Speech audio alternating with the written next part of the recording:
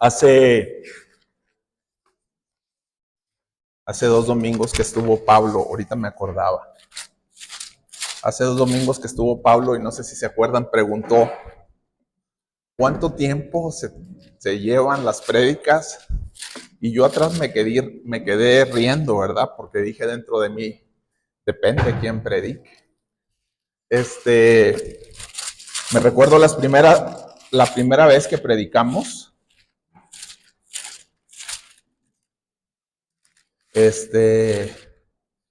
La primera vez que predicamos, el hermano Juan nos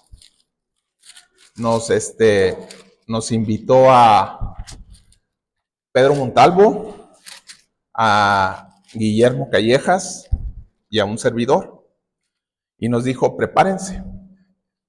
Cualquiera puede predicar el próximo domingo, pero va a predicar, sábado era la reunión de jóvenes, dijo, va a predicar uno, luego el próximo sábado otro y luego el próximo sábado. Al que yo le diga, prepárense los 3 porque va a ser a quien yo le diga. Pues para no hacerles el cuento largo, predicamos los 3 el mismo sábado y todavía predicó el hermano Juan. Entonces, ahora la prédica, relativamente el contenido es largo. Vamos a pasarlo, no vamos a profundizar porque son conceptos bíblicos pesados. Como dijo Ricky una vez, de predicar sobre un versículo, en realidad el contenido nos podía llevar hasta varios domingos un solo versículo, porque es contenido, son las bases teológicas prácticamente.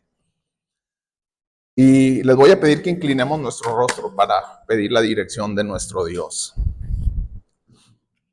Padre Santo, alabamos y bendecimos tu nombre, Dios, porque solamente tú, Señor, eres digno de toda nuestra gloria,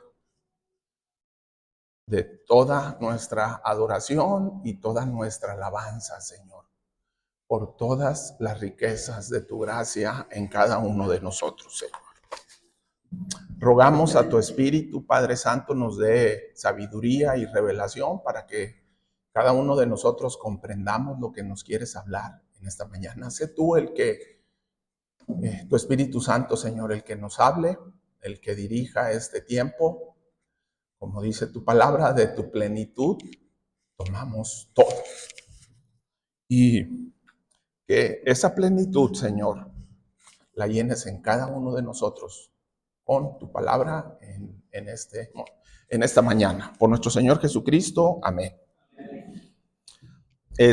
La primera vez, hermanos, que Dios me confrontó con este texto, tendría algunos 35 años. Y en ese momento que Dios me confrontó, yo me di cuenta que tenía sentimiento en mi corazón con Dios, ¿sí? Y no así como lo preparo en esta mañana, porque ahora lo estructuro. En aquel momento en que Dios me llevó a esta porción de la Biblia, Dios me sanó.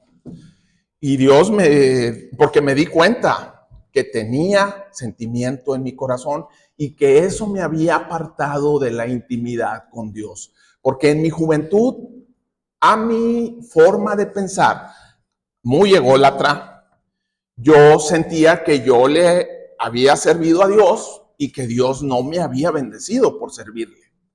De manera que de alguna forma mi contacto con Dios me había hasta cierto punto alejado, porque yo sentía que si yo me acercaba a Dios, Dios me iba a maltratar, ¿sí?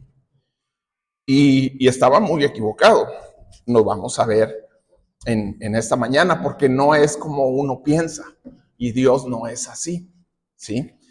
Dice el texto donde empezamos, si tienen Biblias, vayan a su Biblia, es Efesios 1, versículo 3, de ahí empezamos.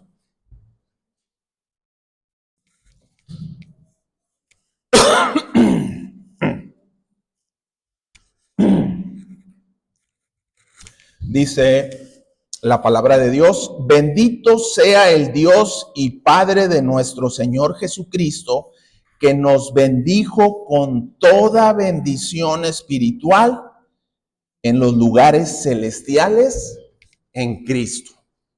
¿Sí? El título de esta mañana precisamente se llama así, está un poco largo, y por más que queramos recortarlo, le quitamos importancia porque son tan profundas cada una de estas palabras.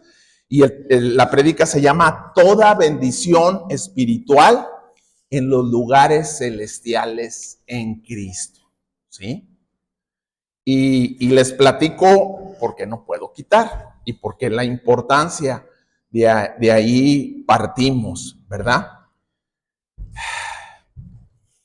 Dice este texto que el Padre es el Padre el que nos bendijo en los lugares celestiales con toda. Y toda, pues significa toda. Esto nos habla mucho de la plenitud de Dios, ¿sí? Dios nos llenó con toda su plenitud y cuando Él destinó bendecirnos, nos bendijo con todo, no escatimó nada, no dejó nada, de manera que no hay nada más que podamos anhelar o imaginar en cuanto a la bendición de Dios para ti, porque toda te la ha ofrecido, te la ha regalado, ¿sí? Bendición, toda bendición. Bendecir viene del término bien decir. Creo que la vez pasada lo mencioné. Cuando Santiago dice en su texto, con nuestra boca bendecimos y con nuestra boca maldecimos, ¿sí? Entonces, bendecir es bien decir. Solo que recordemos que con Dios toma una fuerza muy importante. Porque las palabras de nuestro Dios son hechos, ¿sí? Dios dijo, dice, y fue hecho. De manera que la bendición de Dios son hechos irrefutables para cada uno de nosotros, ¿sí? Y luego dice, ¿con qué tipo de bendición? Con una bendición espiritual. Y aquí podemos deducir entonces que hay bendiciones terrenales y hay bendiciones espirituales, porque tú y yo nos componemos de espíritu, alma y cuerpo. Y el cuerpo nos pega a lo terrenal, pero el espíritu nos pega a Dios, a la imagen de Dios allá en Génesis, nos pega el soplo de vida que nos dio Dios a ese montón cuando hizo del barro a nosotros, ¿sí? Cuando Dios o tu padre o alguien te regala un carro, pues es una bendición terrenal porque es un carro, ¿sí? Pero cuando Dios te bendice con bendiciones espirituales, van dirigidas a tu espíritu, ¿sí? Y luego dice, ¿dónde te las dio? En los lugares celestiales. ¿Y por qué podemos deducir los lugares celestiales? Lo vamos a deducir más adelante. Esas bendiciones que Dios te dio, o todas esas bendiciones, o la plenitud de sus bendiciones que Dios te la otorga en el cielo antes de la fundación del mundo. De manera que no había tierra, y Él, desde antes de que siquiera empezara la tierra, Dios te las otorga a ti y a mí, y todo esto lo termina y lo culmina con el título en Cristo, ¿sí? Y entonces de ahí partimos. Este texto, hermanos, nos enseña lo grande y lo maravilloso que es nuestro Dios, ¿sí? Dios es un Dios, no es un Dios de ocurrencias, no es un Dios de la casualidad, es un Dios que Él planea minuciosamente las cosas, ¿sí? Es un Dios que tiene al control. Aquellos que en algún momento llevaron la materia de matrices, ¿sí? Ecuaciones. Bueno, el Dios controla infinitamente millones de matrices de sucesos porque Él diseña y tu vida llegaste hasta este momento, lo vamos a ver, y todo controlado por Dios desde antes de la fundación del mundo, ¿sí? Y entrelaza todo nuestro pasado, nuestro presente y lo desarrolla en un plan maravilloso y supremo para tu vida y para mi vida, ¿sí? Y vamos a comenzar con la primera bendición. La primera bendición que Dios nos otorga está en Efesios 1:4. Dice, según nos escogió en él antes de la fundación del mundo para que fuéramos santos y sin mancha delante de él. ¿Sí? La primera bendición precisamente es esa, que Dios nos escogió antes de la fundación del mundo con el propósito y la determinación que fuéramos santos y sin mancha. ¿Sí? En Cristo nos escoge, ¿sí? De manera que de aquí, de esta bendición o esta verdad, se desarrolla la doctrina de la elección, ¿sí? Elegido, ¿sí? Les voy a llevar, para no tardar tanto, ¿sí? Les voy a leer los textos con los cuales respaldan esta doctrina. Gálatas 1:15 dice, pero cuanto agradó a Dios que nos apartó desde el vientre que me apartó desde el vientre de mi madre y me llamó por su gracia. Dice Juan 16, no puse el texto, dice, no me elegisteis vosotros a mí, sino que yo os elegí a vosotros y os he puesto para que vayáis y llevéis frutos. Habla el Señor Jesucristo.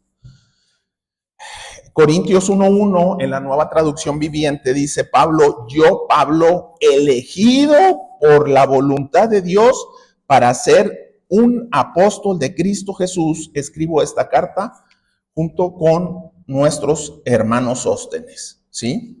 Entonces, ahí está una y otra vez. Cristo nos escoge.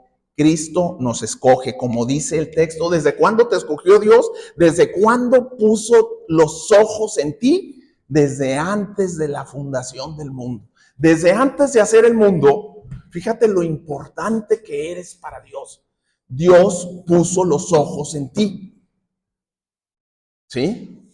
Y te escoge.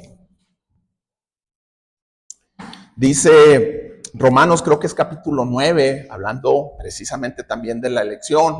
Dice, a Jacob amé, mas a Esaú aborrecí. Dice, todavía no habían hecho ni bien ni mal. ¿Sí?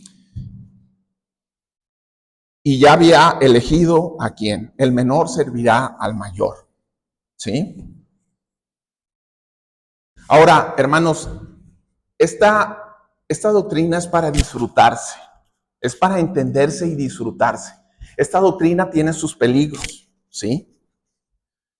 Hay personas que dicen, pues yo ya no voy a hacer nada, yo ya no voy a hablar de Cristo, pues si ya Dios escogió todo, pues yo para qué hago, ¿verdad? Porque también está la otra posición, el que a veces creemos que si nosotros no hablamos de Cristo, las personas se van a ir al infierno. Y cargamos también con esa carga, es que no fui, se fue, si se va a ser por mi culpa. Y no, somos tan pequeñitos que a veces nos ensoberbecemos y pensamos que la salvación de las personas depende de nosotros. Y no, también esto nos da seguridad y tranquilidad de que Dios tiene el control de las cosas. Esto nosotros y ustedes estoy seguro que lo han visto, les ha tocado a veces hablarle a personas y dice uno, no le entra y no le entra y no le entra. A veces Dios tiene el tiempo y esas personas con el paso del tiempo caen, pero a veces nunca caen en su soberbia. Bueno, de alguna forma no eran predestinados, ¿sí? Pero debemos entender que esta doctrina no es para que nos relajemos, ¿sí? Pablo nunca se relajó, siempre él, todo su esfuerzo, todo, y siempre dice, pero no yo, sino la gracia de Dios en mí, ¿sí? Es mayormente que nos aboquemos a servirle, precisamente por misericordia y amor tan grande. Ahora, esta doctrina también, la doctrina de la elección, nos abre un panorama real a lo que conocemos como la verdad del libre albedrío. ¿Sí? En mi juicio y en mi manera, respeto a alguien que piense diferente, la Biblia enseña que el hombre Dios nos dio elección y tenemos elección, ¿sí? Pero es una elección como la fe, como la santidad, perdónenme, hay una elección, ¿cómo decimos? Una santidad posicional y una santidad práctica. En Cristo soy santo, pero en la vida real, ráscale para que veas que huele. Luego sale uno y saca y aflora su humanidad, ¿verdad? Es igual acá. Dios nos dio decisión y somos responsables y vamos a darle cuentas a Dios todos, de manera que tanto Tribunal de Cristo, los hijos de Dios, como los que no somos hijos de Dios, vamos a darle cuentas a Dios. Pero siempre por nuestra sola cuenta, el hombre va a ser incapaz de escoger a Dios, ¿sí? Porque si hay una forma de ejemplificar el libre albedrío, me acuerdo de pequeño, las caricaturas creo que eran de Plutón, el que salía, traía un Plutón angelito y un Plutón diablo. Y el uno le decía, haz lo malo, el diablillo, ya, y el otro le decía, pórtate bien. Y así estaba en esa lucha y volteaba y decía él, como, ¿a quién le hago caso? Lo cierto es que, les digo, les repito, nuestra incapacidad siempre, tu sola incapacidad te va a llevar a que escojas lo malo.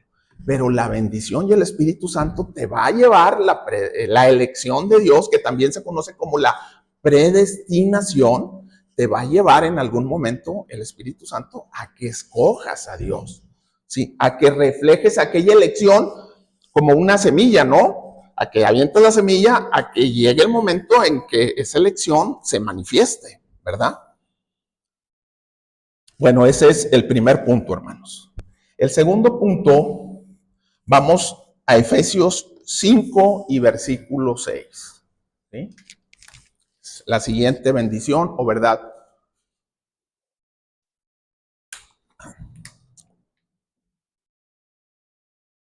Dice, en amor, habiéndonos predestinado para ser adoptados hijos suyos por medio de Jesucristo. También allá lo tenemos, enfrente. Dice, en amor, habiéndonos predestinado para ser adoptados hijos suyos por medio de Jesucristo, según el puro afecto de su voluntad, para alabanza de la gloria de su gracia, con la cual nos hizo aceptos en el amado. A partir de las siguientes bendiciones, vamos a ver una repetición de esta expresión. Según el afecto, perdónenme, para alabanza de la gloria de Dios. Para alabanza, con cada una de las bendiciones, hermanos. Que aquí entre bendición y bendición vamos a encontrar muchas verdades o pilares de doctrinas que conocemos. También hay otras que no vamos a entrar, ¿sí? Como en el anterior que pudimos hablar de la santificación, hablando solamente del propósito. Hay unas que no, porque nunca acabaríamos, hermanos. Y si alguno tiene una duda, con todo gusto podemos detenernos. Bueno, la segunda es, en amor nos predestinó para ser adoptados hijos suyos por medio de nuestro Señor Jesucristo. En amor, ¿sí? Esto es muy importante, hermanos. El amor, Dios es amor, y el amor de nuestro Dios se manifestó en todo esto por nosotros, ¿sí? Cuando estaba David chiquito, 5 o 6 años por ahí,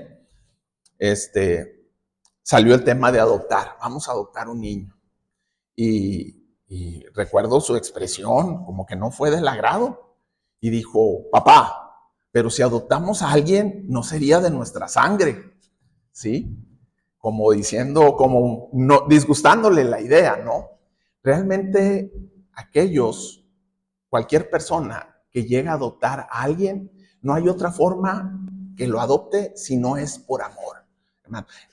El amor es la condición única para alguien que llega a hacer esto.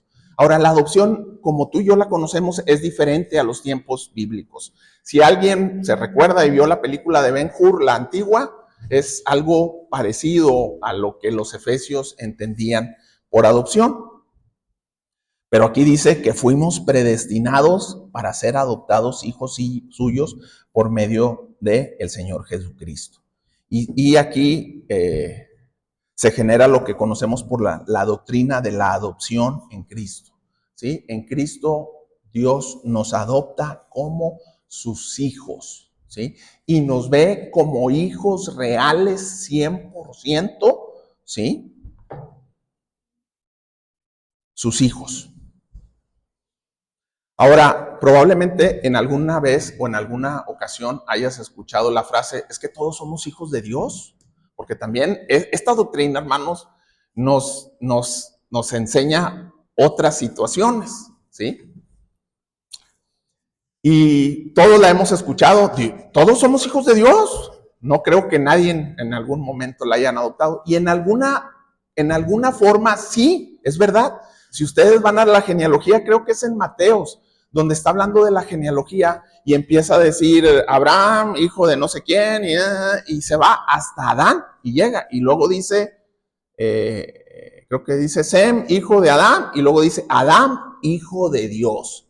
¿Sí? Y desde la perspectiva que Dios nos creó y que todos descendemos de Adán, perdón, es verdad, pero tenemos que entender cómo en Adán todos perdimos y todos caímos la forma original como Dios nos creó y cómo nos desconectamos de Dios, ¿sí? El primer Adán, de ahí todos somos descendientes, dice la Biblia, precisamente de esto, ¿verdad? Y luego, de hecho, dice espíritu, Adán, el primer Adán, espíritu viviente, alma viviente, y luego dice el postrer Adán, espíritu vivificante, ¿sí? Y entonces, el postrer Adán es el Señor Jesucristo, el que nos reconecta nuevamente a Dios, ¿sí? Y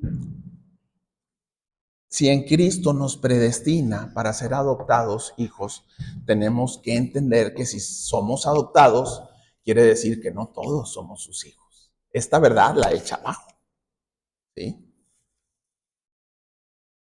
Y luego de aquí también, hermanos, sale la doctrina de la regeneración, ¿sí? Juan 3:3, ¿se recuerdan? Respondió Jesús cuando hablaba con Nicodemo, le dice el Señor Jesucristo a Nicodemo, de cierto os digo que si no nacieres de nuevo, no puedes ver el reino de Dios. ¿Sí? De aquí también sale 1 Corintios 5:17. Si alguno está en Cristo, dice, nueva criatura es. Somos adoptados, pero nos volvemos en una adopción de regeneración, en que nos volvemos a constituir nuevas criaturas. ¿Sí? Y de aquí sale esta parte. Bueno, vamos a pasar al tercer punto. Versículo Efesios 1:7. Dice, en quien tenemos redención por su sangre, el perdón de pecados según las riquezas de su gracia. En quien tenemos redención por su sangre, según el perdón de pecados según las riquezas de su gracia. Se repite la parte que les decía, para alabanza de su gracia, las riquezas de su gracia, o para gloria y alabanza de su gracia. Nos hizo aceptos en Cristo para ser redimidos de nuestros pecados por su sangre, según las riquezas de su gracia. Aquí tenemos que ver el valor de la sangre, hermanos, y la importancia. No hay redención sin sangre. La palabra redención viene de rescate. Si se acuerdan en el libro de Esther, creo que se llama, o no, es esta Ruth. En el libro de Ruth habla de su nuera. Su nuera queda sola porque se le mueren los dos hijos y entonces se va ahí un pariente a recoger y de pronto los parientes, el que estaba la ve y le dice a su otro pariente, ¿redimes tú o redimo yo? O sea, ¿rescatas tú o rescato yo? Es un rescate, es una compra de un pago por un precio. Eso es lo que significa la palabra redención, ¿sí? Creo que El texto que más a mí en lo personal me gusta, que explica esto, es Colosenses 2, 13 y 14. Bueno, viene más arriba, pero empiezo desde el 13. Dice, y a vosotros, estando muertos en pecados y en la incircuncisión de vuestra carne, os dio vida juntamente con él, perdonándonos todos los pecados, anulando el acta de los decretos que había contra nosotros, que nos era contraria, quitándola de en medio y clavándola en la cruz. ¿Sí? Cuando estábamos muertos, Él nos da vida. Dice, por medio del acta de los decretos. El acta de los decretos, hermanos. Yo en alguna ocasión de forma equivocada dije que era como dije, la carpeta de investigación. Así dije. Donde somos acusados de todas nuestras culpabilidades. Pero en realidad no es la carpeta de investigación, porque el acta de los decretos contiene todas tus infracciones, todo el registro de todos tus pecados, desde que eres pequeño, desde el primero hasta el último. Ahí está el registro.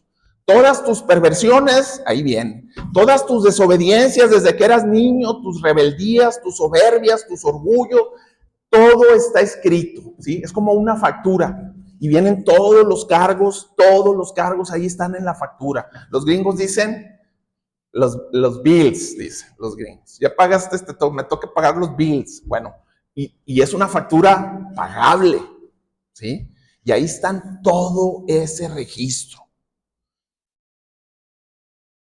Y el total del registro dice sentencia de muerte. Ese es el total de esa factura. Y no es, le digo, no es un expediente, porque en expediente es lo que te encuentran. Ahí Dios, hasta donde más te escondas, ahí no se le escapa nada. Todos están ahí. Y en este texto de Corintios, que lo predice muy bien, dice que Dios lleva a la cruz ese acta, ese registro de todas, dice, y que los paga, los redime, los rescata. ¿Sí?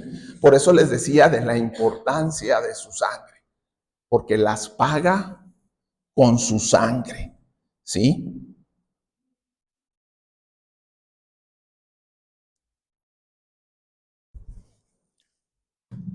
Los rescata con su sangre, hermanos. Y toma tu lugar.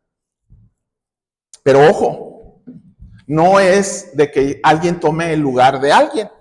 Porque alguien puede decir, bueno, yo tomo el lugar. Pero no. La situación es que todos nosotros estamos condenados a muerte.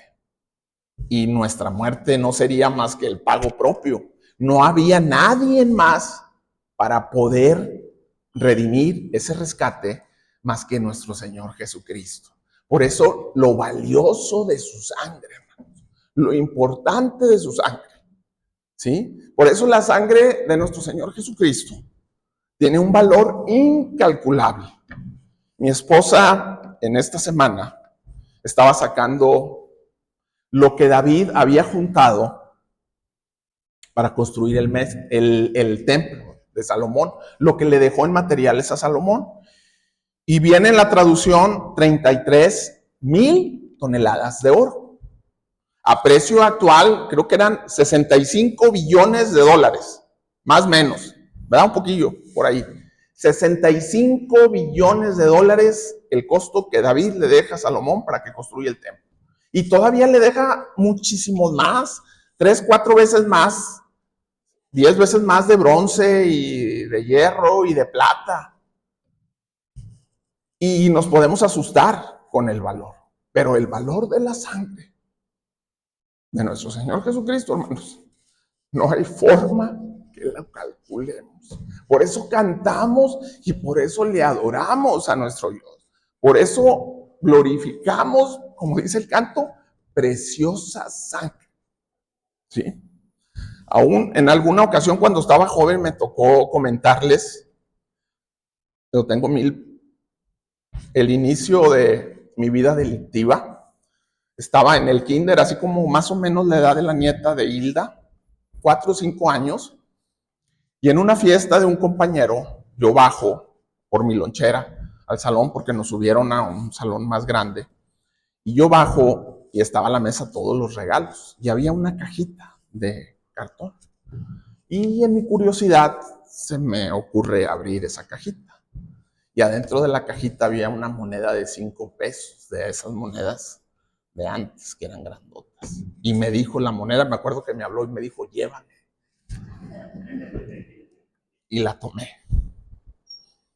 Volteé y yo había bajado.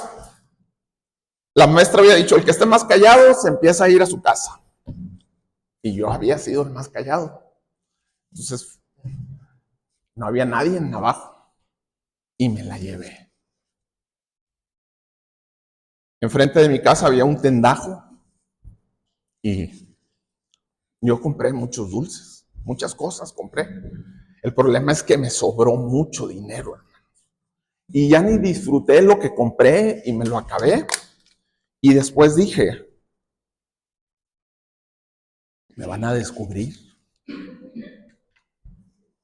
¿Qué hago?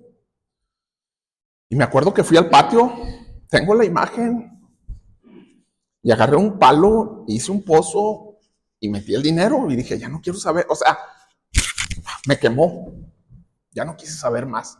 Si ustedes tienen un detector de metal y van a la casa de la unidad modelo, ahí van a salir unas monedas viejas que están. Dice Efesios, hermanos, hablando del Señor Jesucristo, dice, puestos los ojos en Jesús, el autor y consumador de la fe. Y luego dice, el cual por el gozo puesto delante de él, menospreció la cruz. O sea, cuando el Señor Jesucristo estaba crucificándose, Él estaba viendo a ese pequeño, que ya su sentencia era la muerte. Y Él lo vio con una sonrisa de gozo. Dice, el gozo. De manera que esta bendición, yo la recibí hace 2000 años en Cristo y todavía no había nacido. ¿Sí? Y bueno, luego de la redención, hermanos, esto se manifiesta con fe y arrepentimiento. Creer y arrepentimiento. Y estos dos cosas también provienen de Dios. Dice, la fe es un don de Dios. O sea, el creerle a Dios. Y el arrepentirnos para convertirnos también es el Espíritu Santo el que obra. Es como te conviertes tú con fe y arrepentimiento, te conviertes y aceptas este regalo de redención, de rescate, del pago de toda tu sentencia de muerte que Dios pagó en la cruz, ¿sí? Y luego de ahí, les digo, podemos seguirle. Después de este acto enseguida viene la doctrina de la justificación. Dios te declara justo delante de Él. No porque seas justo, sino porque el que tomó tu lugar es Cristo. Y eres declarado a los ojos de Dios, ¿sí? Eres declarado justo. En realidad es porque estamos revestidos de Cristo y ya Cristo no ve el sentenciado, Dios Padre no ve el sentenciado de muerte, sino ve a su Hijo revestido de Cristo, ¿sí? Dice Romanos 5:1, y lo leo, justificados pues por la fe tenemos paz para con Dios por medio de nuestro Señor Jesucristo, ¿sí? Y bueno, vamos a la otra bendición, a la bendición número 4. ¿Sí? Efesios 8-10. Ahí la tenemos también enfrente, hermanos. La pueden seguir de ahí. Dice que hizo sobreabundar para con nosotros en toda sabiduría e inteligencia dándonos a conocer el misterio de su voluntad, según su beneplácito, el cual se había propuesto en sí mismos de reunir todas las cosas en Cristo, en la dispensación del cumplimiento de los tiempos, así las que están en los cielos como las que están en la tierra. ¿Sí? La número 4 entonces es: Dios desborda toda bondad con sabiduría e inteligencia para darnos a conocer el misterio de su voluntad. Y ese misterio de su voluntad es que en el cumplimiento de los tiempos, Dios quiere reunir todas las cosas en Cristo, las que están en los cielos como las que están en la tierra. Batallé un poco para entenderlos por la palabra todas las cosas, ¿sí? Dice todas las cosas. Lo más importante para Dios somos las personas, ¿sí? Y lo primero que imaginé cuando leí este texto es que todas las verdades o todas las bendiciones, ¿sí?, Dios las reúne o las centra en Cristo. Dios nos adopta en Cristo, Dios nos reúne en Cristo, Dios nos redime en Cristo, Dios nos justifica en Cristo, Dios en la resurrección, cuando Cristo venga, nos une a Él en Cristo, ¿sí? Leí lo que decía Matthew Henry, precisamente, porque decía, pues, si son personas, porque habla de cosas, ¿sí? Sin embargo, les soy francos, la Biblia donde tengo el Eastword y donde viene la Biblia con las palabras en Strong, ¿verdad? Está tronada la portátil y no la pude abrir para checar eso donde dice todas las cosas, qué palabra utiliza. Pero Matthew Henry concluye, después de que un poco pesado todo lo que explica, porque habla de Gutiérrez y habla de otras cosas, Matthew Henry concluye: después de la caída vino el desorden y él volverá a establecer el orden en Cristo, ¿sí? Más o menos es lo que concluye Matthew Henry, ¿sí? Hay un texto que me brinca mucho porque se parece mucho a este, y el texto es Colosenses 1:16, y aquí está hablando de la esencia de nuestro Señor Jesucristo. Y en Colosenses 1:16 dice: porque en Él fueron creadas todas las cosas, las que hay en los cielos y las que hay en la tierra, visibles e invisibles. Sean tronos, sean dominios, sean principados, sean potestados, todo fue creado por medio de Él y para Él. Este texto nos dice también, utiliza la palabra todas las cosas fueron creadas, pero luego habla de los seres terrenales y los seres angelicales. O sea que Dios, el Señor Jesucristo, creó todos, o sea, los ángeles y los arcángeles, ¿sí? Pero, y utiliza la misma palabra. Todo ahí está. Es precisamente es lo que concluyo. Y no sé si se han puesto a pensar, el Señor Jesucristo creó todo. Los ángeles los creó. Satanás, ¿quién creó a Satanás? El Señor Jesucristo. Bueno, entendámoslo bien. Sí y no. ¿Puede Dios crear entes malignos? No. Dios creó a un querubín hermoso, ¿sí? Un querubín que le adoraba. Pero ese querubín tenía capacidad de decisión, igual que Adán. Dios no creó a Adán caído, Dios creó a Adán sin maldad. Pero tanto Adán cayó como Satanás posteriormente cayó. Y no solamente eso, sino que se trajo consigo la tercera parte de los seres angelicales. Por eso dice dominios, potestades, etc., etc., ¿sí? Y bueno, es precisamente como yo concluyo, ¿no? Se trata de todo, aunque lo principal para Dios somos nosotros, ¿sí? Todos estaremos delante de Él, unos en el tribunal de Cristo y otros en el juicio del gran trono blanco. Incluso Satanás y sus ángeles van a estar. Por eso hay un texto que dice: y todo ojo le verá y harán lamentaciones. Entonces Dios, en el cumplimiento de los tiempos, es lo que nos habla esta bendición, va a reunir todas las cosas en Cristo, ¿sí? Aquellos que empiezan a partir, debemos de verlo como una bendición, porque se están precisamente cumpliendo esta bendición, ¿sí? Se están reuniendo ya con Cristo aquellos que han partido, ¿sí? Y a veces yo mientras veía esto, hermanos, meditaba en que a veces no vemos el panorama completo.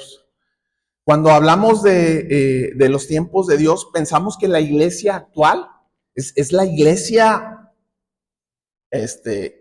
como va a terminar esto, y en realidad no. Ahorita tenemos la administración de la palabra y es el tiempo de la iglesia gentil. Pero sabemos que el tiempo en el reino milenial, la administración va a ser de vuelta al pueblo judío. Ezequiel habla, si se acuerdan, el tercer templo, cuando estaba ya en el río, en cautiverio en Babilonia, que ve la imagen del Señor Jesucristo con los seres vivientes, y luego en los capítulos finales habla precisamente del próximo templo que se va a crear, ¿sí?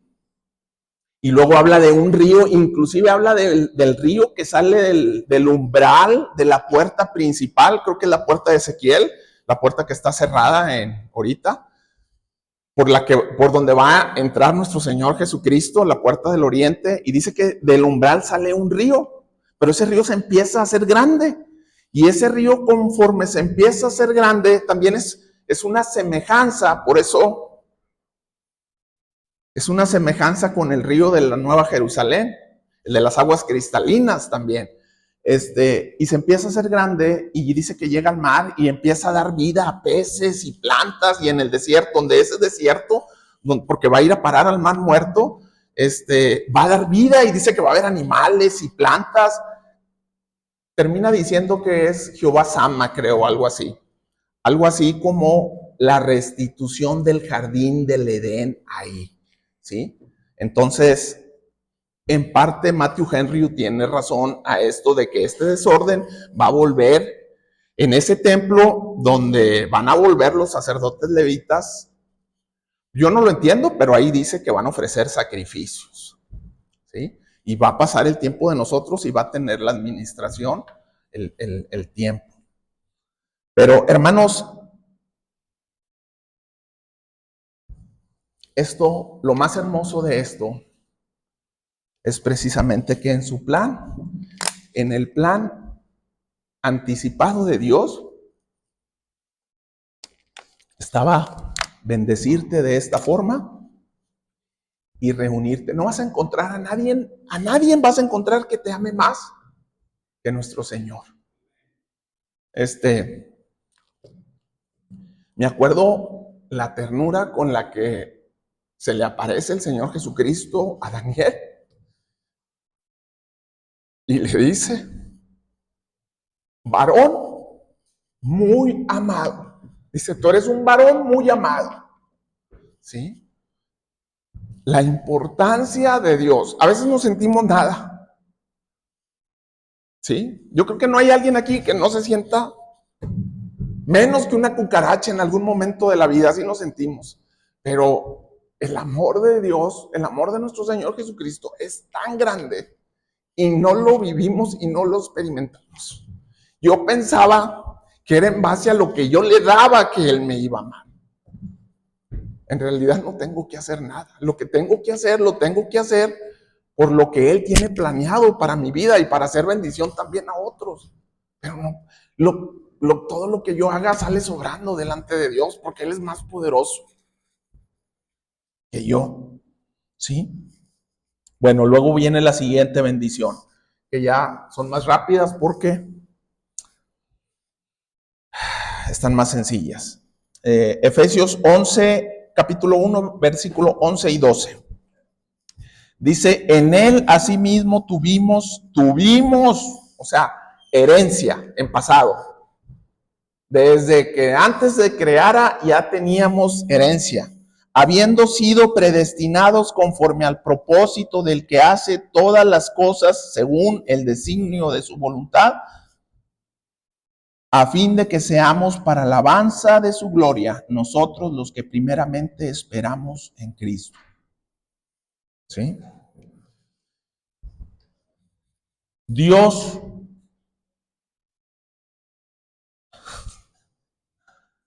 nos da Dios. Dios nos da herencia por medio de Cristo para gloria y alabanza. Sí, tenemos herencia.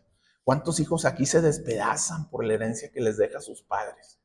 Sí, se pelean, se destrozan a veces. Había escuchado que algunos hasta se han matado. Bueno, Dios nos dio herencia. Siempre que hablamos de herencia, hermanos, tenemos que hablar de un bien, ¿sí? Que es lo que fue heredado, en alguna forma una posesión, ¿sí? Pero aquí estamos hablando de una bendición espiritual en los lugares celestiales, de manera que la herencia que tenemos es para una posesión celestial, ¿sí? ¿Se acuerdan en Hebreos 11, cuando está hablando de los hombres de la fe? Dice en el versículo 13, dice, conforme a la fe, murieron todos estos sin haber recibido lo prometido, sino mirándolo de lejos y creyéndolo y saludándolo y confesando que eran extranjeros y peregrinos sobre la tierra. Porque los que esto dice claramente dan a entender que buscaban una patria. Pues si hubiesen estado pensando en aquella de donde salieron, ciertamente tenían tiempo de volver. Dice versículo 16, Hebreos 11, 16. Dice, pero anhelaban una mejor, esto es celestial. Dice, por lo cual Dios no se avergüenza de llamarse Dios de ellos, porque les ha preparado una ciudad. ¿Sí? Tú y yo tenemos morada celestial que Dios nos heredó en Cristo. Y si se acuerdan, el Señor Jesucristo también habla y dice que Él nos hizo reyes y sacerdotes, Apocalipsis 1:16. ¿Sí? ¿Se acuerdan cuando Dios reparte a su pueblo los territorios? ¿Se recuerdan? Reparte a cada uno, pero luego se va con los levitas y les dice, ustedes no tienen herencia terrenal. Dice, la herencia de ustedes, dice, yo soy la herencia de ustedes. Entonces, nosotros somos sacerdotes, por eso nuestra herencia de Dios no está aquí, hermanos. Nuestra herencia está allá, es celestial. ¿Sí? De manera que cuando te afliges con cosas materiales, hermanos, no hay nada más que se pudra y que se acabe como lo terrenal. ¿Sí? Y bueno, el último punto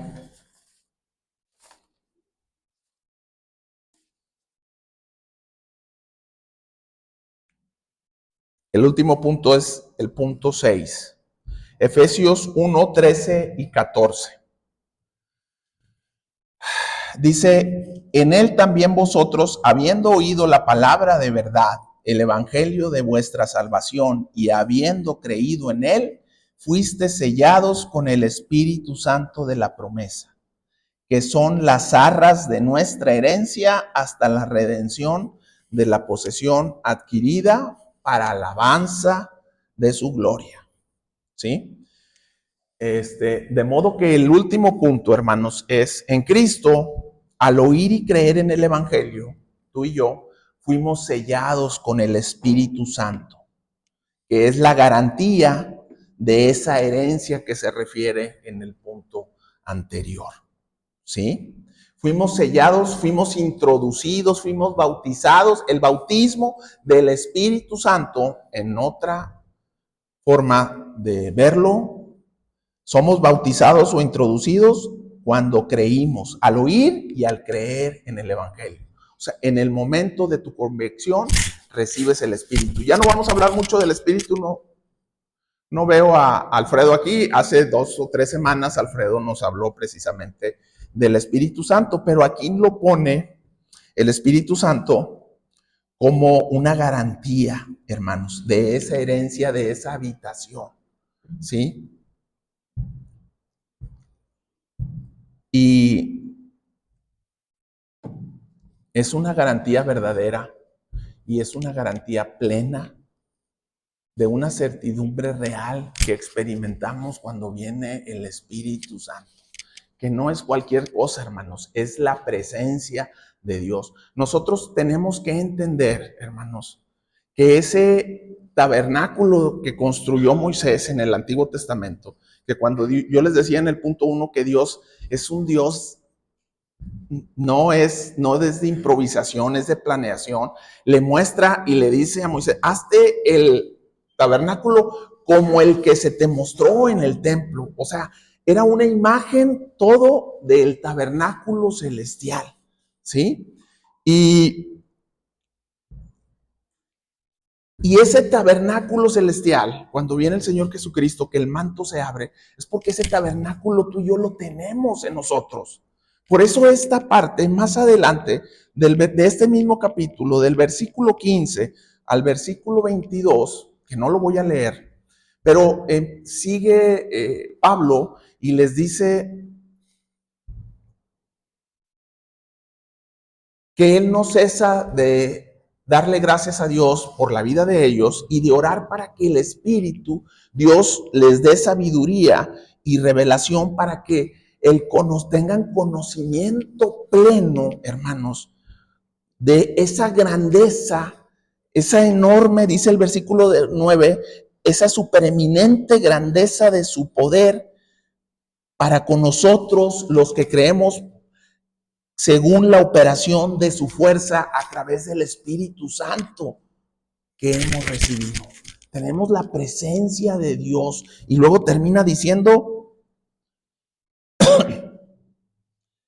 la cual, y luego dice versículo 22, y sometió todas estas cosas bajo sus pies y la dio por cabeza a su iglesia, la cual es su cuerpo. Dice la plenitud de aquel que todo lo llena en todos.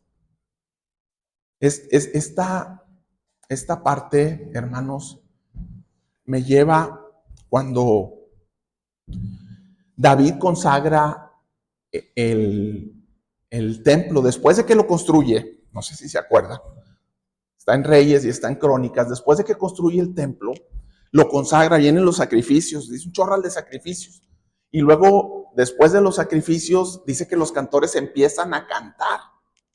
Y dice que cuando cantaban los cantores, empezaron a cantar y estaban ministrando, dice que el templo se empieza a llenar de humo. Y era tanto el humo con el que se empieza a llenar de la presencia de Dios en el templo, ¿sí? Que dice que se tuvieron que salir porque no podían ministrar por el exceso tan grande de la presencia de Dios. De manera que cuando leo del Espíritu Santo de nuestro Señor, de la plenitud de aquel que lo llena todo en todos, es precisamente que a veces no captamos nosotros, como dice Pablo, la supereminente grandeza del poder que tenemos en nosotros una vez que recibimos a Cristo, que está en nosotros. Y a veces nos acobardamos con cualquier cosa porque no valoramos todas estas bendiciones que Dios nos dio desde antes de que hiciera el mundo. Dios nos las dio. Por eso cuando ve uno jovencitos en la Biblia como David, que sin tener permanentemente el Espíritu Santo, como tú y como yo, las cosas que hizo, la forma de cómo vivió, que aún los reyes, fíjense, era un príncipe, seguramente le tocaba el trono, y luego se lo llevan preso, y a tus ojos y a mis ojos vas a decir, pobrecito, lo castran, pero Dios aún así lo hace gobernar, porque él gobernaba después el rey lo puso a gobernar en otra tierra, ¿sí? Y él no se dobló, lo quisieron, y él no se dobló, lo quisieron pervertir con comidas y dice, no, nosotros nos vamos, porque eran carnes sacrificadas a los ídolos. No, yo con puras verduras, y Dios lo bendice y lo prospera. Y lo quisieron quemar, y Dios lo guarda y lo prospera. ¿Sí? Y nosotros tenemos permanentemente el Espíritu Santo ya. ¿Sí? Ya de alguna forma Cristo está en nosotros en plenitud. Y hermano, bueno, esto es lo que Dios nos trae para nosotros, estas bendiciones, para que nos apropiemos, para que vivamos, para que para que Satanás no nos... A veces viene un perro, le hace uno así, se va. Para si viene Satanás, hermanos, para que le hagamos así, que se vaya, ¿verdad? Porque tenemos su palabra, porque tenemos sus bendiciones, porque somos de Él, hermanos. Y bueno, vamos a orar para terminar. Padre Santo, alabamos y bendecimos tu nombre, Señor. Padre, todo esto que tú nos das, Señor, dice aquí en cada una de estas bendiciones, para alabanza de tu gracia, Señor. Oh, bendito Dios. Qué amor tan enorme, tan grande, con el que nos has amado y con el que nos has bendecido, Señor. Nos postramos y te adoramos, Señor. Glorificamos tu nombre por toda esa hermosa gracia con la que tienes para con cada uno de nosotros, Señor. Y todavía hay más, Señor, que sabemos, por los cuales también, Señor, tú también elegiste, Señor, para que sean alcanzados, Señor. Llévanos a hablar a aquellos, Señor. Llévanos a compartir. Llévanos a testificar a que nuestras vidas, así como la de Pablo y tantos héroes de la fe, han sido ejemplos de tu poder y la manifestación de tu Espíritu Santo. Así las vidas de nosotros sean también ejemplos de tu poder y la manifestación, Señor, con aquellos que te rodean. No para que nos glorifiquen a nosotros, Señor, sino para que glorifiquen tu santo nombre, Señor. Por nuestro Señor Jesucristo. Amén y amén.